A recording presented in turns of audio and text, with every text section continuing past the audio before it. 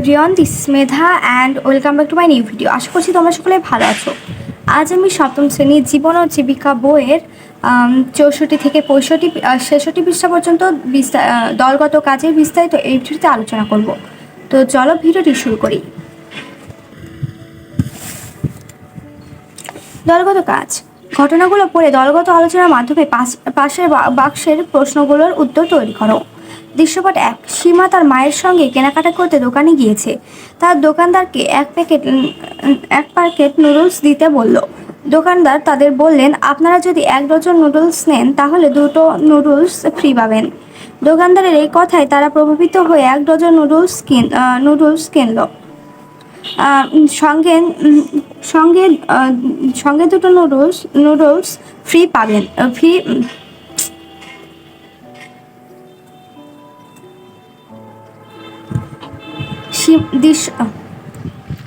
দৃশ্যপট 1। সীমা তার মায়ের সঙ্গে কেনাকাটা করতে দোকানে গিয়েছে। তারা দোকানদারকে 1 প্যাকেট নুডলস দিতে বলল। দোকানদার তাদের বললেন, আপনারা যদি 1 ডজন নুডলস নেন তাহলে 2টো নুডলস ফ্রি পাবেন। দোকানদারের এই কথায় তারা প্রভাবিত হয়ে 1 ডজন নুডলস কিনে ফেললেন। সঙ্গে ফ্রি 2টো নুডলস পেলেন। একসঙ্গে অনেক নুডলস কেনায় তা সময় মতো খাওয়া সম্ভব হলো না, ফলে বেশ কয়েক প্যাকেট নুডলস নষ্ট হয়ে গেল। কেনাকাটার সময় দোকানির কথায় প্রভাবিত হওয়া উচিত কিনা? উত্তর যদি না হয় তাহলে কেন প্রভাবিত হওয়া যাবে না? তো চলো অ্যান্সারটি দেখে নিই। দৃশ্যপট 1 অ্যান্সার। কেনাকাটার সময় দোকানির কথায় প্রভাবিত হওয়া উচিত নয়, কারণ দোকানির কথায় প্রভাবিত হলে প্রয়োজনের অতিরিক্ত জিনিস কিনতে হবে, আর প্রয়োজনের অতিরিক্ত জিনিস কেনা মানে অপচয় করা কখনোই উচিত নয়। দৃশ্যপট 2। দেবাশিস তার ক্লাসের ক্যাপ্টেন। স্কুলের চিত্রাঙ্কন প্রতিযোগিতা উপলক্ষে শ্রেণী শিক্ষক তাকে প্রতিযোগিতার জন্য প্রয়োজনে পেন্সিল, রং, পেন্সিল, আর্ট পেপার এবং শ্রেণীকক্ষ সাজানোর জন্য কিছু রঙিন কাগজ কিনে আনতে বললেন। দেবাশিস দোকানে গিয়ে দেখলো বিভিন্ন দামের রং, পেন্সিল ও রঙিন কাগজ রয়েছে। সে অনেক চিন্তা করে ঠিক করলো খুব দামি না কিনে মোটামুটি মানের রং, পেন্সিল ও সাধারণ মানের রঙিন কাগজ কিনবে। শিক্ষক তার যৌক্তিক ক্রয় আচরণে খুব খুশি হলেন। দেবাশিস কেনাকাটার ক্ষেত্রে কোন যুক্তিকে বিবেচনায় নিয়েছে? তো চলো এর অ্যান্সারটিও দেখে নিই। দেবাশিস কেনাকাটার ক্ষেত্রে মিতব্যয়িতা ও প্রয়োজনের স্থায়িত্বের বিষয়টি বিবেচনায় নিয়েছে, পাশাপাশি অপচয় কমানোর বিষয়টিও বিবেচনায় রেখেছে। যে কোনো পণ্য কেনার সময় চাহিদার বিষয়টি মাথায় রেখে কিনতে হবে, আর দামি পণ্য কিনে টাকা খরচ করা যাবে না। তবে যে ক্ষেত্রে প্রয়োজন সেক্ষেত্রে দামি পণ্যও কেনা যাবে। দৃশ্যপট 3। শফিক ও রায়হান দুই বন্ধু দোকানে ক্রিকেট ব্যাট কিনতে গেল। রায়হান একটু ভালো মানের ব্যাট পছন্দ করলো। সে ব্যাটটি 270 টাকায় ক্রয় করলো। অপরদিকে শফিক একটি সস্তা ব্যাট পছন্দ করলো। সে 130 টাকা দিয়ে একটি ব্যাট কিনলো। কম দামে ব্যাট কিনতে পেরে শফিক বেশ খুশি। সে রায়হানকে বলল, তুমি একটা বোকা, তাই বেশি দাম দিয়ে ব্যাট কিনেছো। এর কিছুদিন পর স্কুলে ক্রিকেট ম্যাচ শুরু হলো। সেদিন রায়হান তার ব্যাটটা নিয়ে স্কুলে গেল, কিন্তু শফিক কোনো ব্যাট আনলো না। স্যার জিজ্ঞেস করে সে খুব মন খারাপ করে বলল, 1 সপ্তাহ আগেই কিনেছিলাম কিন্তু ভেঙে গিয়েছে।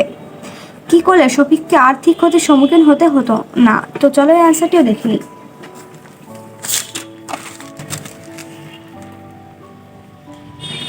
যা করলে শফিককে আর্থিক ক্ষতির সম্মুখীন হতে হতো না। শফিক যদি কম বা বেশি খরচের কথা চিন্তা না করে জিনিসের গুণগত মানের কথা ভাবতো, তাহলে সে ভালো মানের ব্যাট কিনতে পারতো। তখন আর আর্থিক ক্ষতির সম্মুখীন হতে হতো না। গুণগত মান ভালো থাকলে যে কোনো পণ্যই টেকসই হয়। তারপরে বলা হয়েছে দৃশ্যপট 4। আসলাম সাহেব অফিস থেকে বাড়ি ফেরার সময় পাড়া মুদি দোকানে খুব বেশি ভিড় দেখে এগিয়ে গেলেন। দোকানের লোকেরা বলাবলি করছে যে দেশে লবণের ঘাটতি হয়েছে, 2 দিন পর লবণই পাওয়া যাবে না। এখনই লবণের দাম প্রায় দ্বিগুণ হয়ে গেছে। এসব শুনে তাড়াতাড়ি তিনি বাড়তি দামে 10 কেজি লবণ কিনে বাসায় ফিরলেন। তার হাতে এত লবণ দেখে তার স্ত্রী অবাক হয়ে বললেন, এত লবণ দিয়ে কি করব? হুজুকে এত লবণ কেনার কোনো দরকার ছিল না। কয়েকদিন পর দেখা গেল লবণ আগের দামেই বিক্রি হচ্ছে। আসলাম সাহেবের আচরণ কেনাকাটার ক্ষেত্রে সঠিক নয় কেন? তো চলো অ্যান্সারটা দেখে নিই।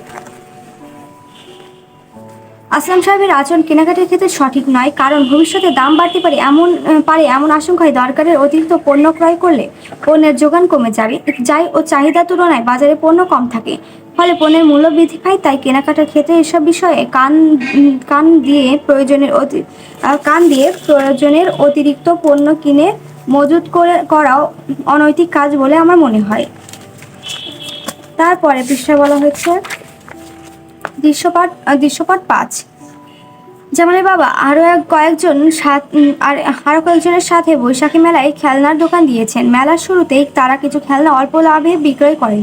তাদের খেলনাগুলো অন্যদের তুলনায় ভিন্ন রকম হওয়ায় অনেকে তাদের দোকানের প্রতি আকৃষ্ট হচ্ছিল। কিন্তু মেলার ভিড় যখন বাড়ছিল তখন তারা বেশি মুনাফার উদ্দেশ্যে খেলনার দাম বেশি বাড়িয়ে দিলেন। বাড়তি দামের কিছু খেলনা বিক্রি হলো বটে, কিন্তু বেশিরভাগ ক্রেতাই তাদের দোকান থেকে খেলনা না নিয়ে চলে গেলেন। শেষ পর্যন্ত তাদের দোকানের অনেক খেলনা অবিকৃত থেকে গেল। মেলা থেকে তাদের লাভ তো হলোই না, বড় ধরনের লোকসান হলো। অথচ তাদের কাছাকাছি খেলনার অন্য দোকানগুলোর প্রায় সব পণ্য বিক্রি হয়ে গেল। নিজেদের বোকামির জন্য জামালের বাবার মন খুব খারাপ হলো। আগামী বৈশাখী মেলায় তুমি যদি একটি খেলনার দোকান দাও, তাহলে খেলনাগুলোর বিক্রয় মূল্য নির্ধারণে কি ধরনের কৌশল গ্রহণ করবে তা লেখো। তো চলো অ্যান্সারটি আমরা দেখে নিই। যে ধরনের কৌশল গ্রহণ করব। মোট ব্যয়ের সাথে নির্দিষ্ট পরিমাণ লাভ যোগ করে পণ্যের ন্যায্য দাম নির্ধারণ করব। 2. পণ্যের গুণগত মানের উপর ভিত্তি করে বিক্রয় মূল্য নির্ধারণ করব। 3. বাজারে অন্য প্রতিযোগীদের তথ্য বিবেচনা করে পণ্যের বিক্রয় মূল্য নির্ধারণ করব। সো ভিউয়ার্স, আজকে আমার ভিডিওটি ছিল এই পর্যন্তই। আশা করছি তোমাদের সকলেরই কাজে লাগবে। আর ভিডিওটি ভালো লাগলে অবশ্যই লাইক, কমেন্ট এবং শেয়ার করবে। আর যদি কোনো ভিডিও প্রয়োজন হয় বা কোনো তথ্য প্রয়োজন হয়, অবশ্যই আমাকে কমেন্টে জানাবে। ধন্যবাদ।